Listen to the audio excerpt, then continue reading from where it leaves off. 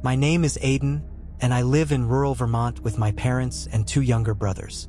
One weekend, when my parents were away, my grandma invited us to spend the weekend at her house. She lives on a spacious private property, complete with plenty of activities to keep us entertained. For us, it was the closest thing to a vacation we'd get all summer. Being the oldest at 15, I suppose my parents still didn't fully trust us to be left home alone for an extended period. So off we went to Grandma's house. That weekend, my younger brother and I decided to spend some time playing basketball out front. We played until the sun began to set, casting long shadows across the yard. Eventually, we went inside for dinner. Later that evening, after we had finished eating, my grandma called me down from my room. She mentioned that we had left the door to the Morton building open, which puzzled me because neither my brothers nor I had gone near it. Curious and a bit concerned, I went downstairs to the dining room window, which provided a clear view of the Morton building. Sure enough, the door was wide open. By this time, it was dark outside, but the light above the door was on, making it easy to see the open doorway. I called out to my 2 brothers, who both insisted they hadn't touched the door. I began to worry and expressed my concern to my grandma, suggesting that perhaps someone had broken in. Predictably, she overreacted, as she tends to do with everything. I made my way to the front door and looked out through the glass pane at the top. To my utter shock, I saw a man just standing at the bottom step of the front porch. Startled, I screamed, "Holy sir!" My grandma, hearing my scream, rushed over, asking what was wrong. When I told her what I saw, she panicked and started yelling that we needed to call the cops immediately. Despite my initial instinct to go outside and confront the man, my grandma wouldn't let me. She cried and begged me not to open the door, even physically holding onto my arm to prevent me from turning the doorknob. Eventually, I agreed to call the cops, thinking it was the safer option. My grandma got on the phone, almost crying as she spoke to the operator, possibly overreacting by saying someone was about to break into the house. I stayed in the dining room, eyes fixed on the man outside. My grandma wouldn't allow my 2 younger brothers to come downstairs, keeping them safely out of sight. The man outside remained a dark, ominous figure against the night. He stood there for what felt like an eternity, before eventually turning and walking past the window I was sitting by. It seemed he was circling around to the back of the house. We hurried through the house, trying to keep him in sight through every window we passed, but eventually we lost track of him.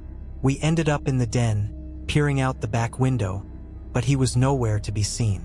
By the time the police arrived, there was little we could tell them other than someone had been standing on our front porch, had apparently entered our Morton building, and had then disappeared into the night. The officers searched the Morton building but found nothing unusual, and they couldn't locate the man anywhere on the property. They told us to call back if we saw him again, but realistically, there wasn't much they could do at that moment. My grandma, still shaken, insisted we stay upstairs for the night, while she bravely volunteered to sleep downstairs. My brothers and I tried to distract ourselves by playing on the GameCube we had brought along. Around 10 p.m., our attempts at normalcy were shattered by the sound of my grandmother's chilling scream from downstairs. We panicked, our hearts racing, and sprinted down to the den. There, we found our grandma pointing towards the pitch-black office. She claimed she had seen someone in there. I quickly closed the office door and instructed my brothers to help me barricade it while our grandma once again called the cops. The police arrived swiftly, and to our astonishment, they found the man lying on the couch in my grandma's office. He openly admitted his intentions of spending the night in the warmth of the house.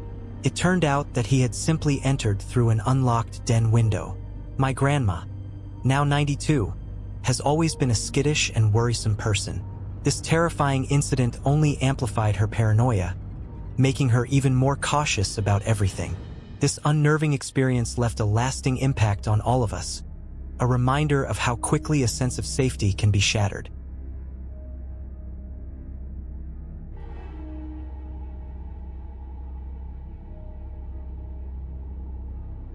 When I was 14, I had the incredible opportunity to vacation in the Bahamas with some family friends.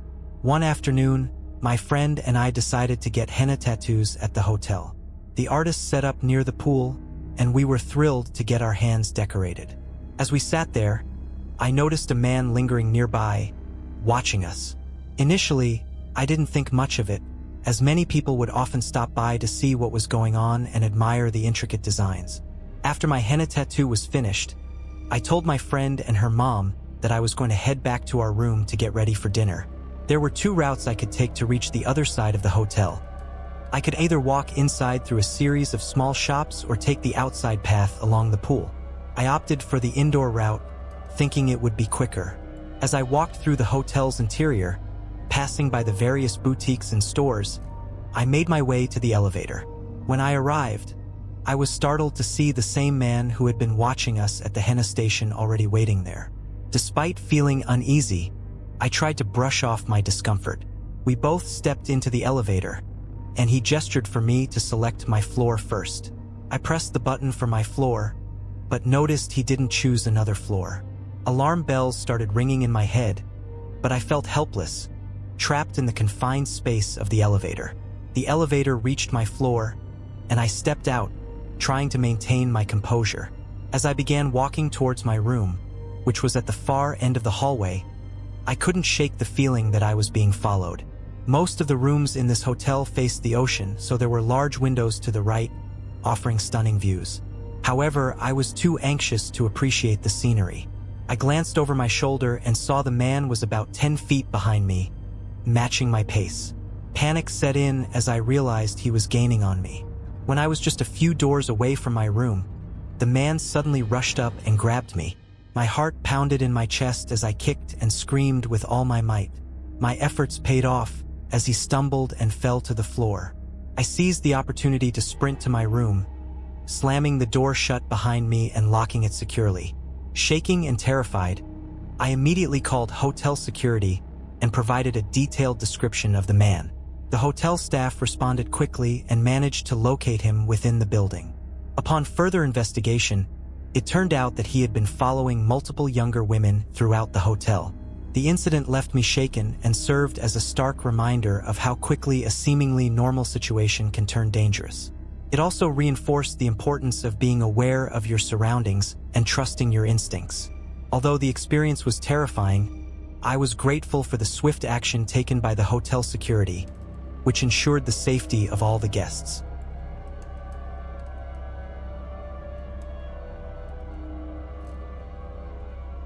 A few weeks ago, I took a trip with my wife Allison to a picturesque mountain resort a few hours from our house. Out of respect for the family-run establishment, I won't be disclosing the name of the resort. It was a couple's weekend, so the activities and itinerary were specifically designed for adults, rather than the usual family-oriented programs.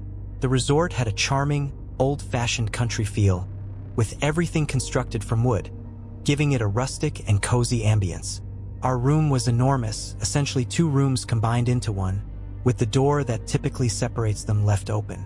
It felt luxurious, with ample space for both of us to relax and enjoy. The first night featured a singles mingle event in the basement club, located just below the dining hall. Even though it was intended to be a couple's weekend, we decided to join in the fun. We played late-night shuffleboard, chatted with a few other young couples, and enjoyed drinks at the bar while an amateur musician played guitar on the stage. We returned to our room around 12:30 a.m., only to be greeted by a rather disgusting smell that hadn't been there earlier. It had a skunky odor that was quite unpleasant. Allison playfully smacked my chest and accused me of smoking pot, but I assured her that I hadn't touched the stuff since my college days. Concerned about the smell, Allison went to the front desk in the main building and requested a different room. Unfortunately, most of the rooms were booked, so they denied our request. However, they did send someone up to our room to investigate. The staff member agreed that the smell was unpleasant, particularly emanating from the attached extra room that we weren't using. To compensate for the inconvenience, the staff member offered us a partial discount on our bill and sprayed some air freshener around the room. He suggested we keep the door separating the 2 rooms closed, speculating that a skunk might have gotten into the other room. We reluctantly accepted the situation and decided to get some sleep. A few minutes after turning out the lights, Allison and I both heard a consistent thudding sound coming from the left side of the bed, in the adjacent room. The sound repeated every few seconds, becoming increasingly annoying. We tried to ignore it, hoping it would stop, but it persisted. I was convinced it was some kind of rodent causing the noise. Determined to investigate, I grabbed a broom as a makeshift weapon and cautiously entered the connected room. I checked everywhere, the closet, under the bed, but found nothing. Strangely, the sound stopped as soon as I began my search. As I was heading back to our main room, I noticed something in the corner. Although I didn't turn my head fully, out of fear of what I might see, my peripheral vision caught a glimpse of a very tall, black figure standing in the corner of the room. Panicked, I rushed back to our main room and locked the door connecting the two rooms. We immediately phoned the front desk again, explaining the situation. This time, the owner of the resort himself came up, armed with a gun. When he arrived, we discovered that the door to the hallway on the other side of the connected room was open, indicating that the figure I had seen was indeed a person who had made a quick escape as soon as I left the room. The owner commended us for calling, revealing that there had been incidents of intruders sneaking into the resort. These creeps had been stealing food from the cafeteria and sneaking into guests' rooms at night. The unsettling experience left us shaken, but we were grateful for the quick response from the resort staff, which ensured our safety and allowed us to continue our stay with a bit more peace of mind.